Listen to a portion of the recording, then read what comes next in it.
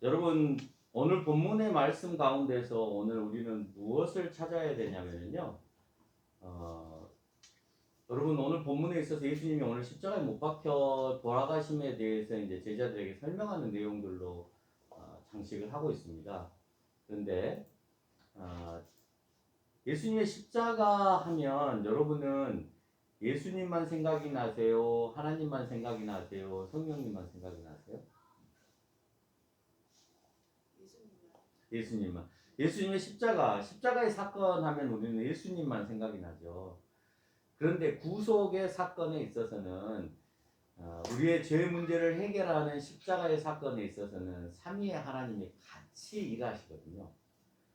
근데 어떻게 같이 일하느냐에 대하여서는 우리가 잘 몰라요.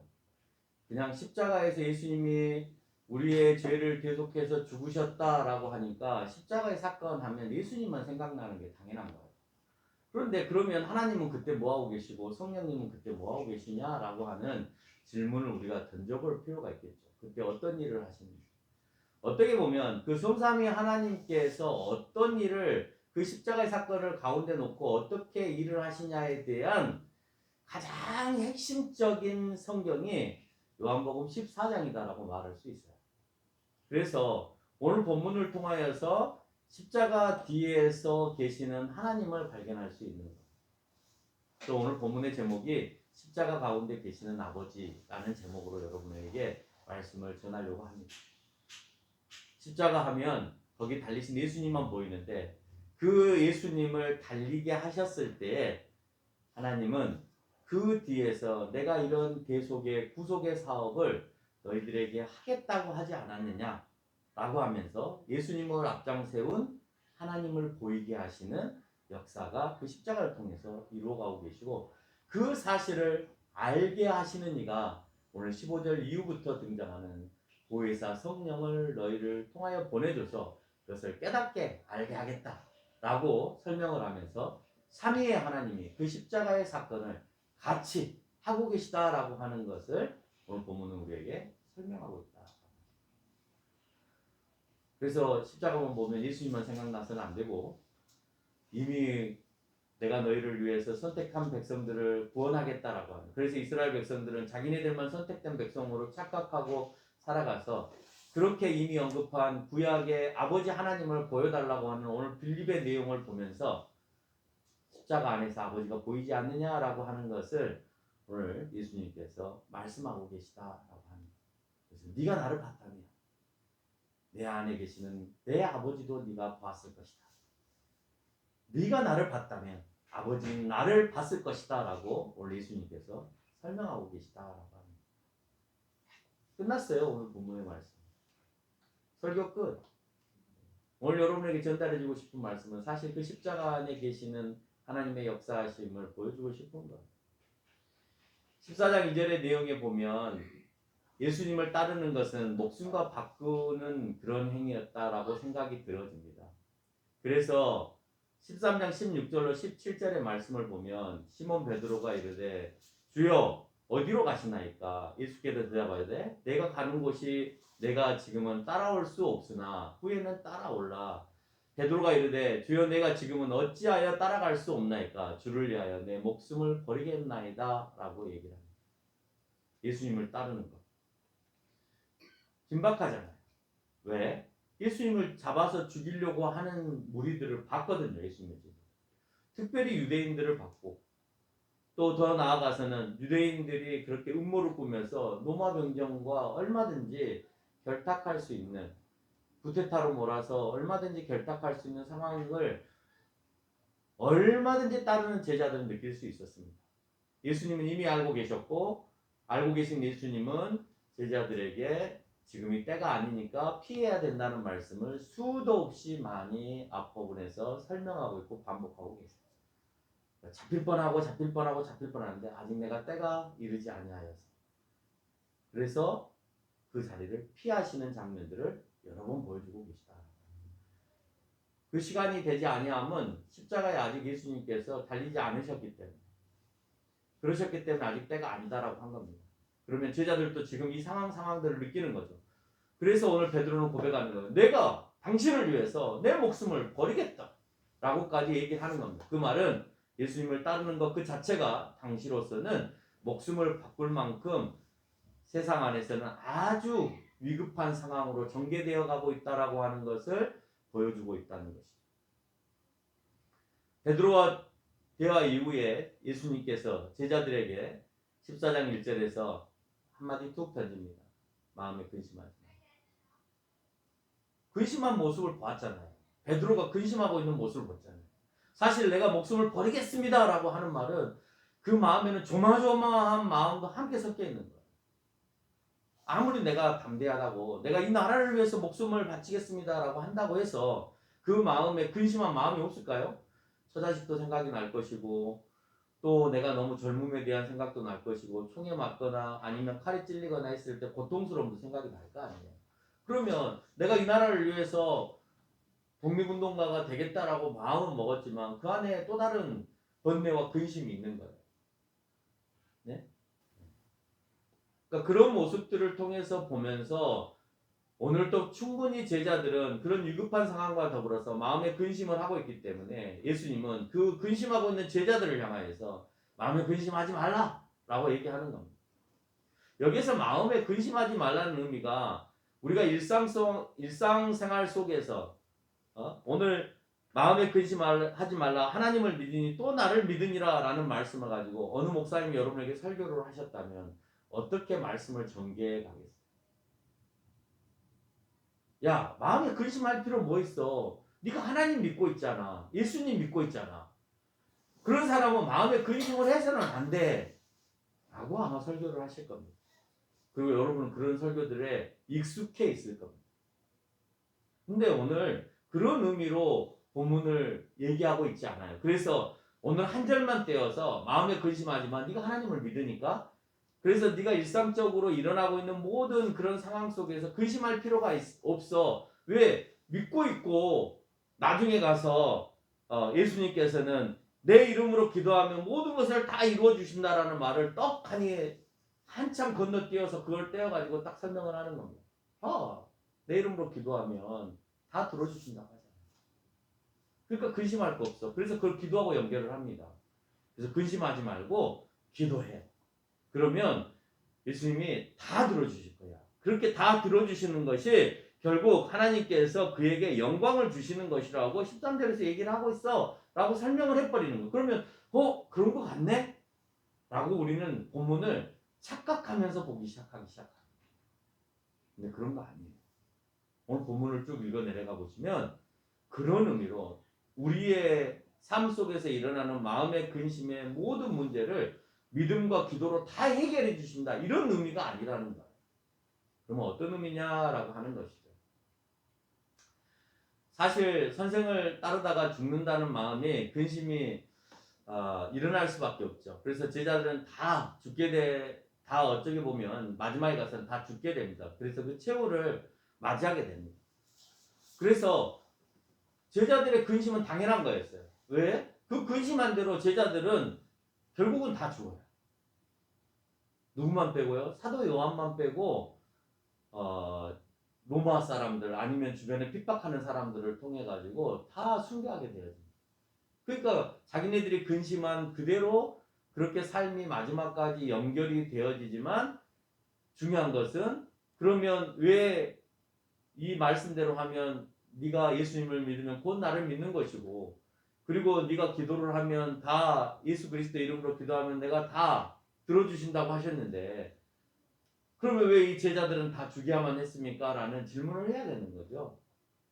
그렇다면 제자들의 기도도 사실 안 들어주신 거네 라고 하는 거.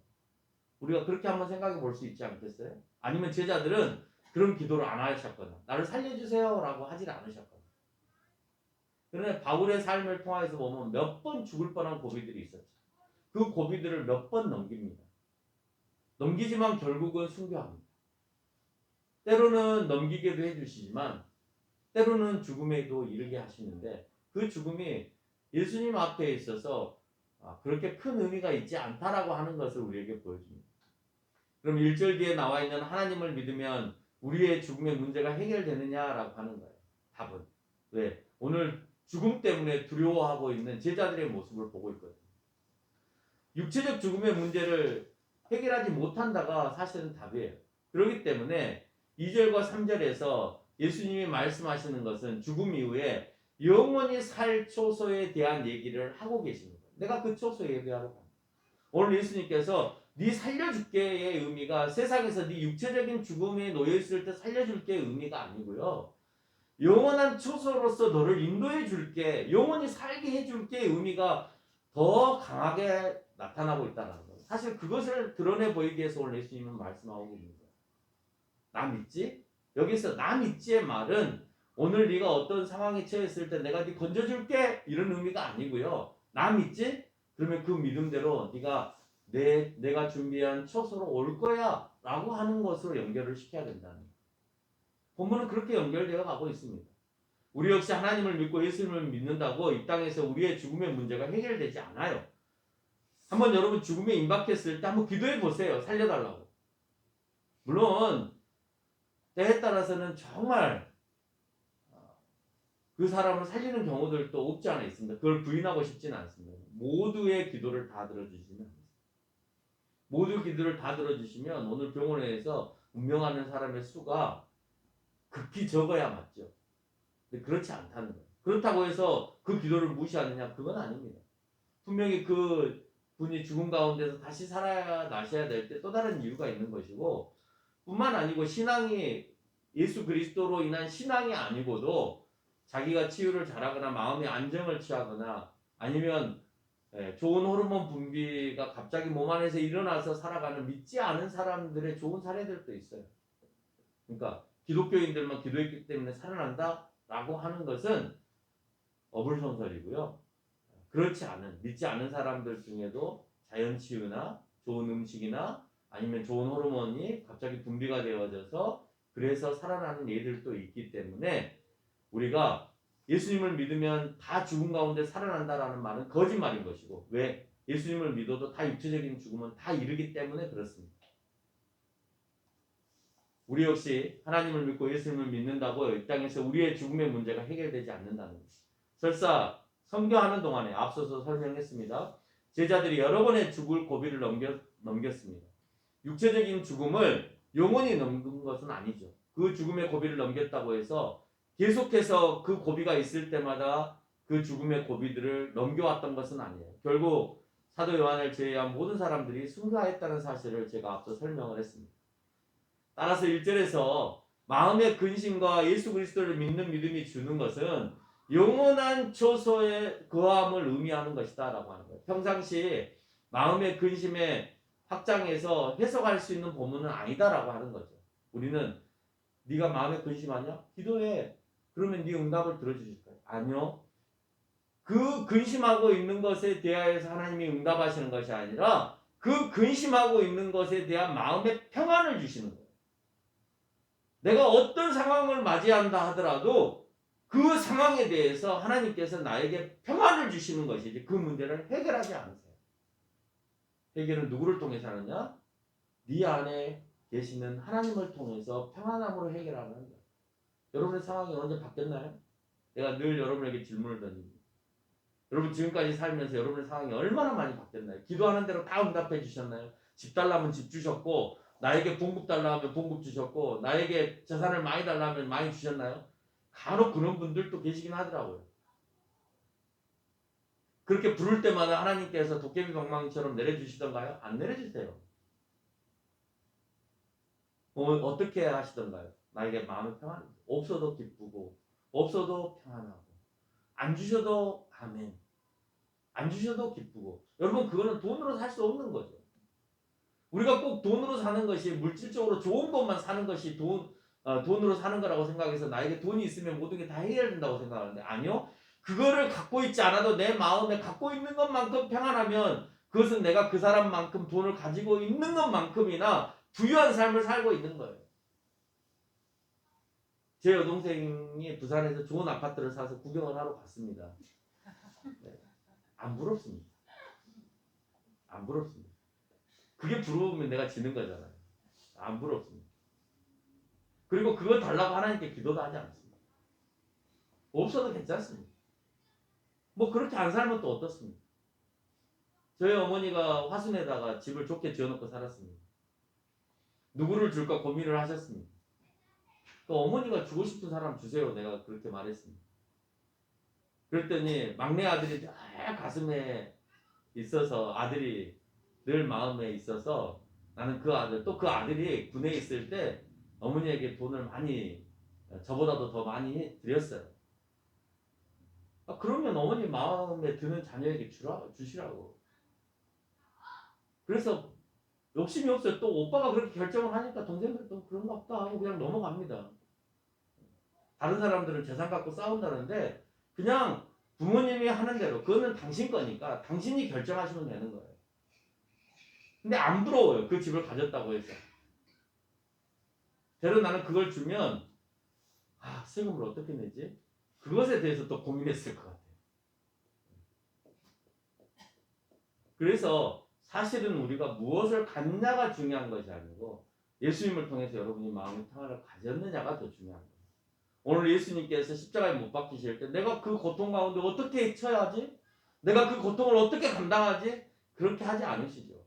그 고통이 있는 줄 알기 때문에 아버지 이 잔을 피할 수 있으면 피하게 해주시라는 말씀도 하지만 그가 그 말보다도 더 뛰어넘을 수 있는 것은 이를 통하여서 내 백성들이 이 영원한 처소에 거할 수 있다라고 하는 그 영광스러움, 그 기쁨이 그 뒤에 깔려 있기 때문에 예수님은 그 일을 기쁨으로 감당하실 수 있는 거예요. 그리고 다 이루었다라고 말할 수 있는 거예요. 5절과 7절에서 우리는 도마와 빌립을 만나게 됩니다. 왜 그렇죠? 도마와 빌립을 딱 보는 순간에 우리를 보는 느낌이다라는 느낌을 받았습니다. 예수님께서 제자들에게 아무리 설명을 해줘도 이해할 수 없는 제자들의 모습을 13장 18절에서 앞에서 본 대로 베드로가 부인하느냐 부인하지 않느냐, 너가 부인할 거야? 아니요, 저는 부인하지 않을 겁니다. 아니, 너는 3번 부인할 거야. 라는 대화와 더불어서 결과적으로 이루어지고 있습니다. 예수님을 온전히 이해하지 못하였기 때문에 언제든지 무너질 수밖에 없는 상황에 있는 도마와 빌립의 모습. 우리 역시 예수님을 바로 알지 못하면 장로가 돼서도 권사가 돼서도 무너질 수밖에 없는 거예요. 신앙의 확신이 없기 때문에. 혹시 내 기도를 들어주셔야만이 하나님이 계시는 거고 들어주시지 않으면 하나님이 안 계시는 거고 하는 그런 차원에서 여러분이 신앙생활을 하셨다면 그러면 여러분은 쉽게 언제든지 무너질 수 있어요. 왜? 내가 원하는 대로 하나님은 답을 주시지 않을 거기 때문에 그렇습니다. 다른 말로 저는 원하는 대로 하나님이 답을 주셨습니다. 왜? 나는 질문을 하나님 이것 주세요가 아니거든요. 하나님 이렇게 주신다 하더라도 내가 감사함으로 갈 수 있게 해주세요 하면 이렇게 주시든 이렇게 주시든 아무 상관이 없는 거예요. 이렇게 주시면 이렇게 주시는 대로 가는 거고 다르게 주시면 다르게 주시는 대로 가면 되는 거예요. 그래서 이 길인가 보다라고 내가 하나님의 선택권에 맡겨놓는 거지 내가 선택하지 않아요. 그렇기 때문에 나는 모든 기도의 응답을 들어주신다고 생각해요. 그러면 누군가는 그렇게 말합니다. 뭐 기도할 필요 있어? 뭐 이렇게 되든 이렇게 되든 될 건데 그러면 그때 그 적응하면서 살면 되지. 그렇게 사는 사람들이 모든 사람들의 세상 사람들의 방법입니다. 여러분 신앙생활하면 그런 것들로 인해서 고민하면서 하는 거예요. 기도 안 해도 이렇게 되고 이렇게 될 거고 기도해도 이렇게 되거나 이렇게 될 건데 우리가 굳이 기도할 필요 있어? 아니요. 그 안에는 평안이라고 하는 또 다른 요소가 담겨 있어요. 하나님을 통하여서 또 다른 평안이라는 또 이건 내가 결정한 것이 아니라 하나님이 결정하셨기 때문에 분명히 지금 보기에는 좋지 않다 하더라도 가다 보면 하나님은 또 다른 길을 나에게 예비하실 것이다 라고 하는 보이지 않는 하나님의 손을 나는 보면서 가지만 믿지 않는 사람은 내가 그 문제를 해결해야 된다고 생각하면서 가기 때문에 늘 근심하고 걱정하면서 가는 겁니다. 근심과 걱정과 평안한 마음으로 가는 것은 분명히 달라요. 같은 길을 걷는 것처럼 보이지만 결코 다르고 마지막에 가서 어떻게 그 사람을 인도했느냐라고 하는 모습을 보면 분명히 아무렇게나 결정하면서 가는 사람과 기도 가운데서 하나님께 순응하며 가는 사람은 분명히 다르다라고 하는 것을 여러분이 기억해야 합니다. 도마의 입장에서 2절에서 보니까 너를 위하여 거처를 예비하러 간다라고 하는 예수님의 말씀이 있었습니다.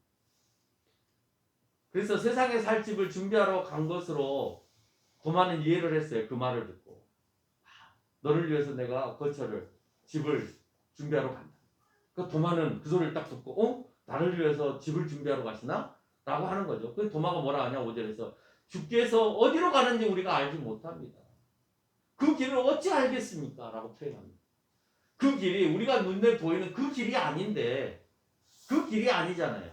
그렇죠? 어디로 가는 그 길이 아니라 예수님을 통해서 가는 길이에요. 그 예배 그 초선은. 그렇죠? 우리가 로드를 통해서 걸어가서 그 집을 예수님이 준비한 그 집을 우리가 만나는 것이 아니라 예수님을 통해서 내 죄사함을 받고 가는 그 집을 얘기하는데 오늘 도마는 당신이 어디로 가는지 그 길을 내가 어찌 압니까? 라고 얘기합니다. 예수님은 수도 없이 나를 통해서 가야 된다고 말을 하고 계시는데도 불구하고 길을 묻는 거예요. 길을. 현실적인 길을 묻는 거예요. 우리가 그렇게 물을 때가 있지 않아요? 현실적인 질문들을 더 많이 할 때가 있지 않아요? 보이지 않는 하나님에 대해서 설명하는데 우리는 현실적인 것을 얘기할 때가 너무 많다는 거예요. 예수님은 이에 6절에서 그곳은 세상의 길을 통해서 도달하는 것이 아니라 그 초소에 가려면 나를 통해서 가야 되는데 그곳에 가기 위해서는 예수님만이 진리이고 예수님만이 생명이다라고 말씀하고 계십니다. 나를 통해서 가야 돼. 내가 길이니까. 예수님만이 생명이라는 거예요. 다른 사람들이 아무리 다시 중생하고 다시 태어나고 억거부를 반복해서 돌아오고 한다 하더라도 그거 아니라는 거예요. 예수님을 통해서만이 생명을 얻는다라는 말씀으로 오늘 길과 진리와 생명이라는 말씀으로 예수님이 설명하시는데 이것은 초소를 갈 수 있는 공통된 단어예요. 길도 진리도 생명도 그 초소로 갈 수 있는 예수님만이 그 통로다라고 하는 그 사실을 공통적으로 가지고 있는 단어다라고 하는 거예요. 달리 해석할 수가 없는 거예요. 길은 길대로 진리는 진리대로 생명은 생명대로 해석할 수 있는 것이 아니라 그 단어는 다 초소로 갈 수 있는 초소에 가야만이 생기는 것들로 이루어진 단어들이다라고 하는 겁니다. 우리 역시 눈에 보이는 것으로 눈에 보이지 않는 것을 판단을 할 수 있습니다. 세상 사람들은 이제 눈에 보이지 않는 미래를 보기 시작합니다. 그래서 저출산 인구 감소에 있어서 그 사람들이 인류가 지금 맞이하고 있는 이 사실들을 보기 시작합니다. 발전과 인간 생활의 윤택함을 위해서 인간은 이기적인 또는 상대적으로 자연을 파괴하는 일들을 했습니다. 그래서 지금 보고 있습니다. 이성과 지식과 논리적인 주장이 굉장히 중요하다라고 생각했던 그 시대 가운데에서 지식의 함정에 빠져서 모든 지식에 대해서 존중해 줘야 된다는 포스트 모던에 빠져 있으면서 지식과 이 논리에 대한 혼란 가운데 우리가 접어들어가 있습니다. 그래서 뭐가 맞는지 뭐가 틀리는지 모르는 상황 가운데 있습니다. 그렇게 되면 기독교가 얘기하는 진리에 대해서는 얘기할 수 없는 거죠. 모두를 수용해야 되고 모두를 관용해야 되는 상황이 되었기 때문에 세상이 그렇게 돼서 세상이 그렇게 만들었다고 해서 우리가 그것에 휩싸일 수는 없다라고 하는 것이죠. 왜냐? 미래를 통해서 세상은 또 다른 답을 찾았다고 하는 것이 지금 이런 답입니다. 그래서 사후 약광문처럼 되지 않게 하기 위해서 궁여지책으로 이런 것들을 만들어냈지만 이거 역시도 완전하지 않습니다. 자금을 지원해서 출산을 장려한다고 해서 과연 출산을 할까? 우리가 한번 생각해 봐야 되겠죠. 자연파괴 하지 않기 위해서 우리가 공유문화를 선호해야 된다라는 것이 진정 자연파괴를 하지 않은 걸까? 또 고민해야 되겠죠. 지식의 혼란 속에서 우리는 수용과 관용이 답이다라고 말하는 게 과연 그건 그러면 옳은 거냐? 그러면 이제는 답이 없는 거죠. 죽도밥도 아닌 거죠. 누구의 의사도 정확하게 이게 답이다라고 말할 수 없는 것이죠. 그러나 예수님의 방법은 어떤 문제를 해결하면 또 다른 문제가 등장하는 인류 사회가 아니라 예수님을 통한 제 문제의 해결로 인해서 안전한 하나님의 세상이 되는 그 초소에 대해서 명확하게 설명하고 있다는 거예요. 이거는 변함이 없어요. 세상은 시류에 따라서 변합니다. 이게 맞다고 했다가 어느 때는 아니다고 했다가 또 나중에는 그걸 합산해서 이게 답이다고 했다가 그래서 해결은 세상을 보니까 정반합의 원리로 되어 있더라는 거예요.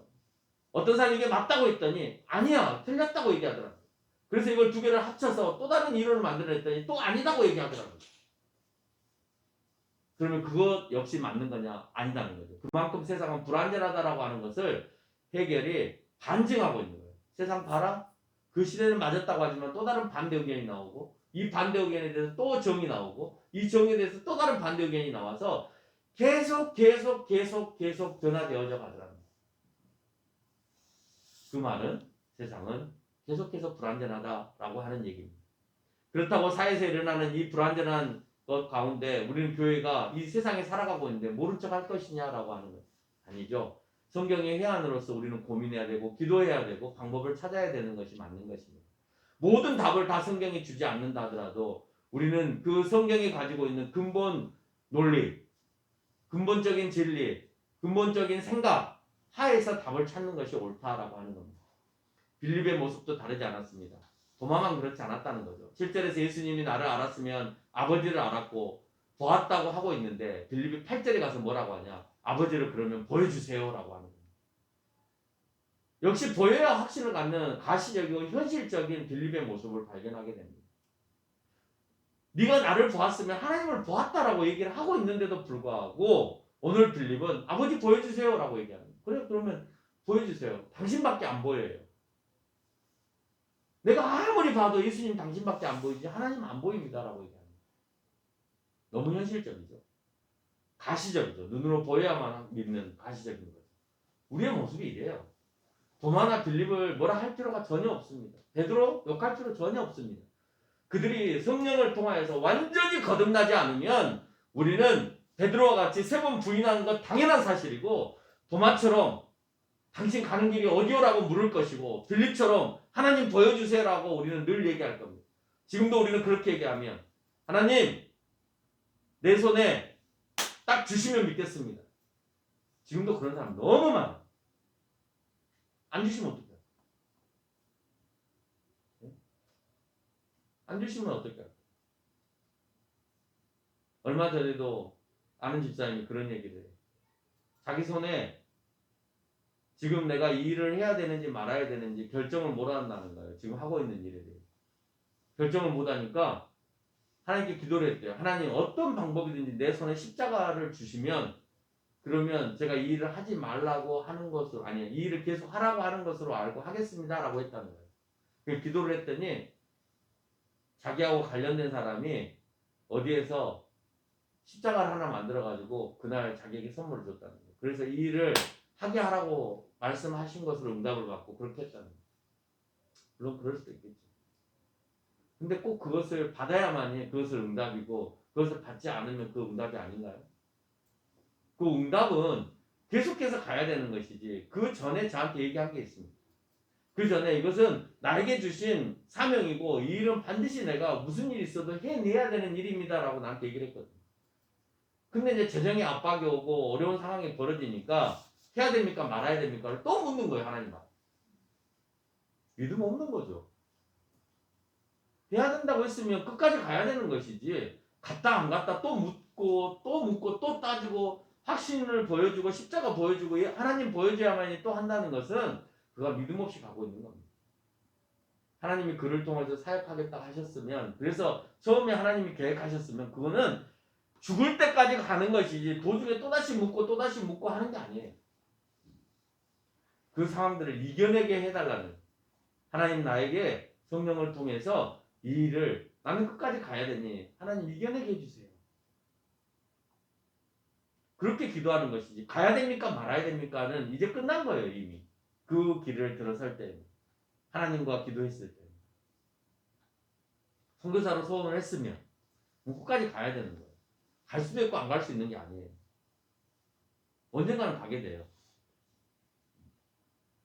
그게 어떤 방법이고 어떤 모습이든지 간에 하나님 앞에 철저한 사역을 할 수밖에 없게 되어진다라고 하는 것입니다. 피할 수 있는 길이 아니다라고 하는 거예요. 그걸 일찍 깨달은 사람만이 좋은 답을 얻을 수 있는 겁니다. 그래서 예수님을 본 것이 하나님을 보았다고 해서 하나님께서 외형적으로 예수님과 똑같이 생겼다는 것이 아니라 예수님의 모든 일 가운데 십자가를 통해서 하나님을 보는 것이다 라고 하는 거예요. 내가 오늘 너희에게 행할 그 십자가 그 십자가의 사건에 대해서 11절과 12절은 명확하게 설명을 합니다.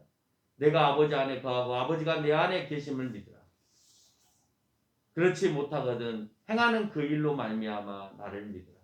그 행하는 일이 뭐예요? 십자가의 사건을 얘기하는 겁니다. 뒤에서 내가 진실로 진실로 너희에게 이르노니 나를 믿는 자는 내가 하는 일을 그도 할 것이요 또한 그보다 큰 일도 하리니 이는 내가 아버지께로 갑니다. 더 큰 일은 뭐예요? 십자가에서 다시 살아나시는 거예요. 그리고 나가 아버지께로 가는 거예요. 그 일을 하신다는 거예요. 십자가를 통해서 하나님을 네가 볼 수 있느냐를 묻고 있는 거예요. 그 일을 내가 하는 것이 아니라 아버지와 더불어 함께하고 있다라고 하는 거예요. 그게 보여야 된다는 거예요. 십자가에 매달려 있는 예수만 보여서 안 되고 그 십자가에 왜 예수를 매달게 했으며 예수님을 통하여서 어떤 사역이 이루어지고 있는가를 오늘 깨닫지 않으면 그 안에서 아버지를 볼 수 없음에 대해서 설명하는 거예요. 그 일을 왜 하겠느냐?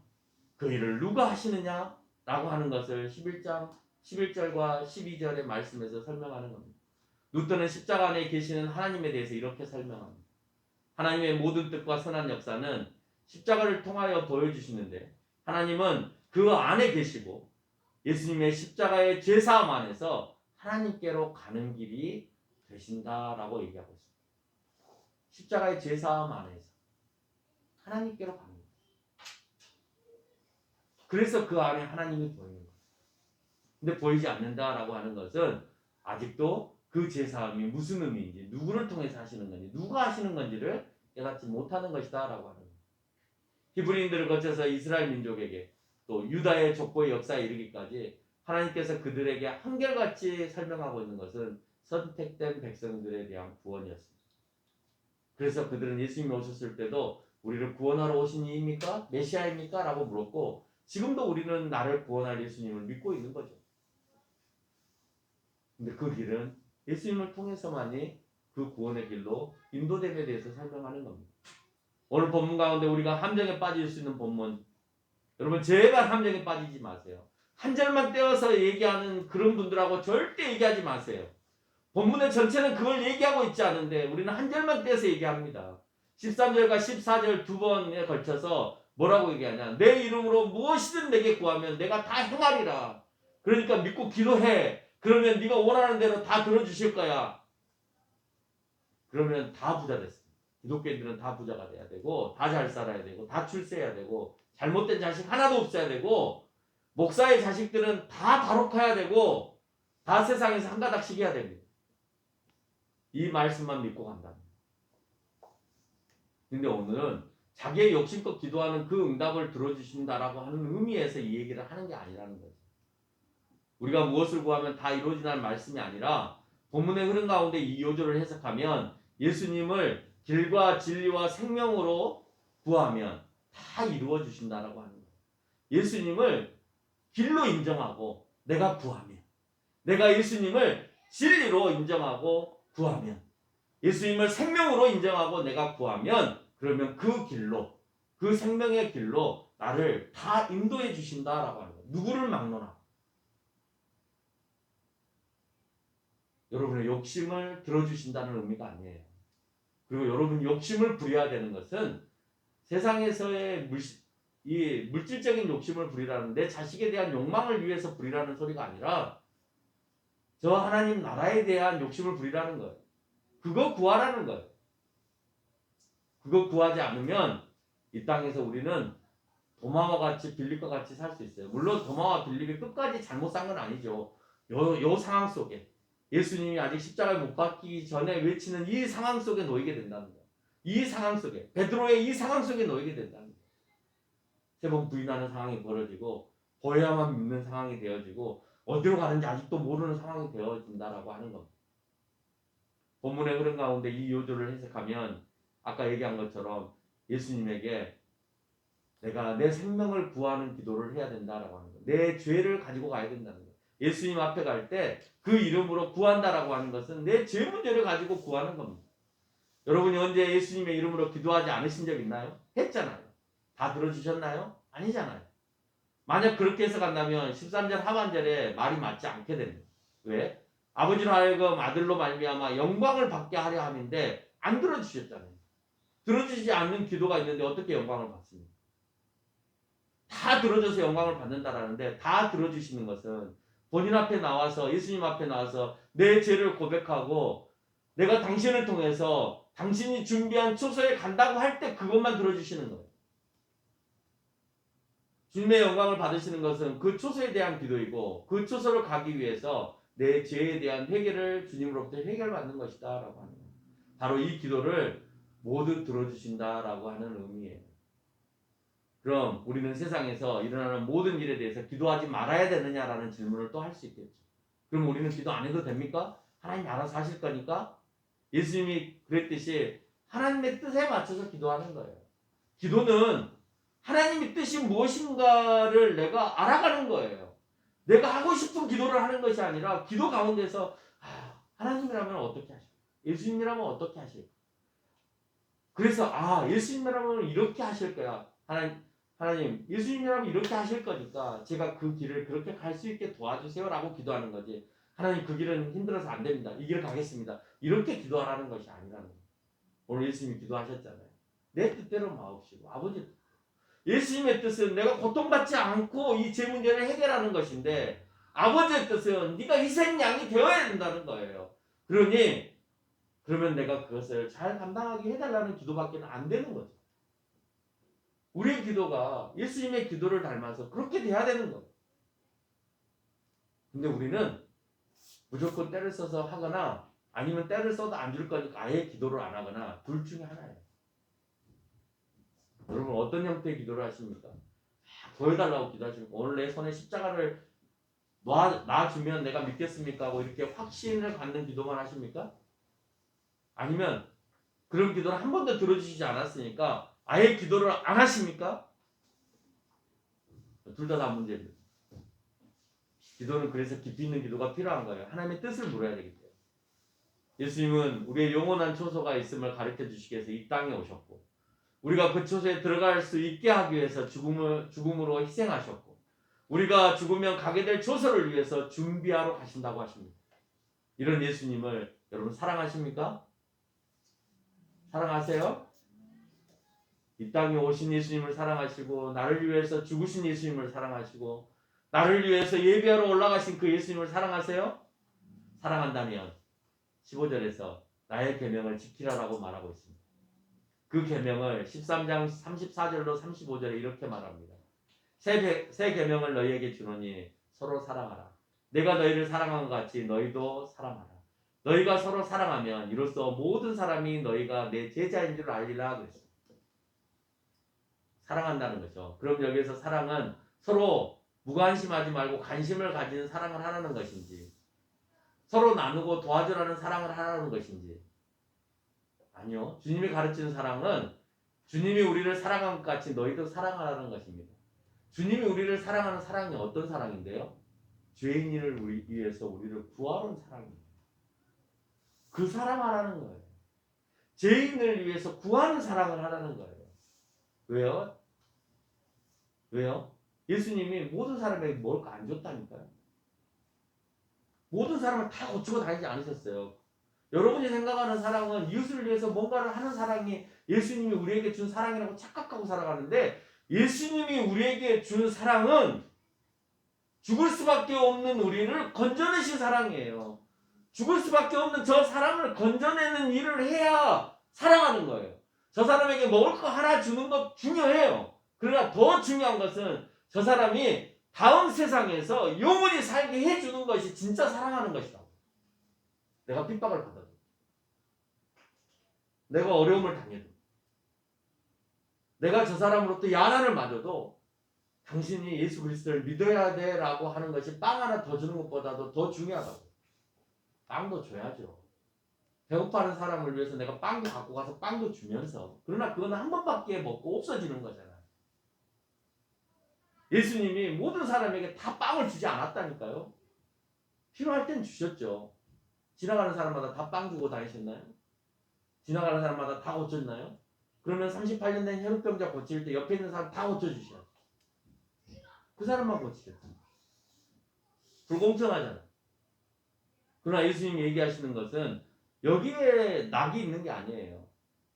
여기에 우리가 목숨 걸고 살아갈 것이 아니라 나를 통해서 가는 것이 더 중요함을 설명하고 있다는 거예요.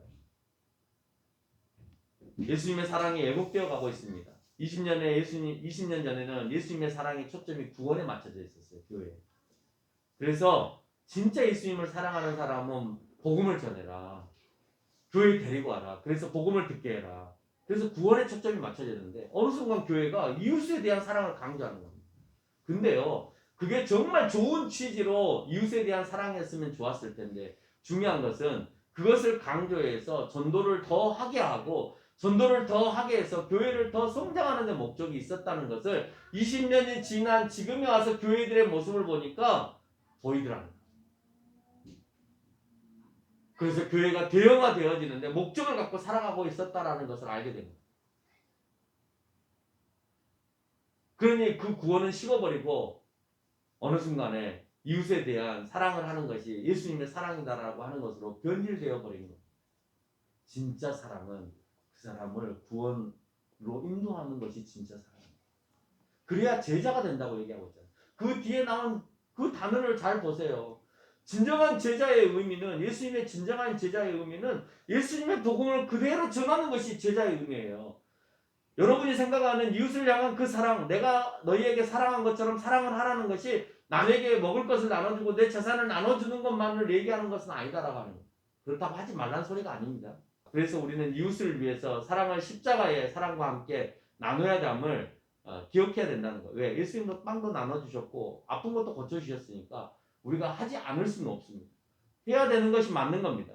그러나 그것은 복음을 증거하기 위해서 예수님이 필요에 따라서 하신 것이지 설교하시다가 때가 돼서 밥때가 됐으니까 주신 것이지 다 나눠주고 설교는 안 해도 돼가 아니었다는 거예요. 예수님께서 고쳐주고 난 다음에 내가 누구다라고 하는 것, 나를 통해서 어떻게 된다는 것을 반드시 증명하고 밝히셨잖아요. 고쳐주기만 하지 않으셨다라고 합니다. 십자가의 사랑이 있다고 하면 예수님의 처소에 소망이 있다. 이렇게 들려지죠. 세상의 것을 나눠주지 못하면 예수님께서 썩어 없어질 육체를 버리신 그 사랑을 깨닫지 못하는 겁니다. 그래서 그리스도인을 신뢰하지 않는 거예요. 세상 사람들이. 왜?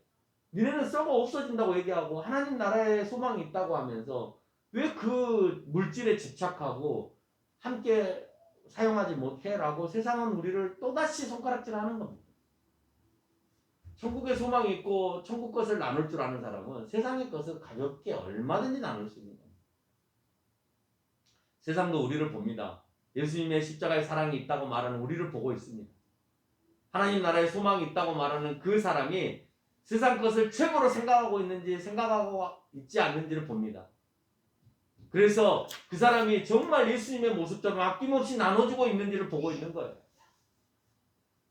그렇지 않으면 여러분도 도마처럼 세상적 생각을 할 수밖에 없고 예수님께 그런 질문을 하겠죠. 어떻게 가야 예수님께로 가는 겁니까? 라고. 빌립처럼 볼 수 없는 영이신 아버지 하나님을 자꾸 보여달라고 얘기하는 거예요. 십자가를 통해서 얼마든지 그 안에 계신 하나님을 볼 수 있는데 하나님 제발 나에게 보여주시면 내가 믿겠습니다. 내가 한 번만 하나님을 보여주시면 내가 모든 것을 다 포기하고 하나님을 살겠습니다. 천만에요. 이미 보셨어요. 결론을 맺겠습니다. 오늘 본문도 예수님을 통해 우리는 어디로 가는가와 예수님께 무엇을 구해야 하는가가 핵심입니다. 그리고 진정한 사랑은 그들을 예수님이 준비하신 처소로 인도하는 것을 기억해야 하고 하나님은 예수님의 그 십자가의 사역 안에 계시다라고 하는 것을 알아야 합니다. 우리는 거기서 하나님을 만날 수 있고 그리고 아담 이후에 약속한 구원이 그 안에서 이루어졌다라고 하는 사실을 여러분이 깨닫는 귀한 시간이 되셨으길 바랍니다. 다 함께 기도드리겠습니다.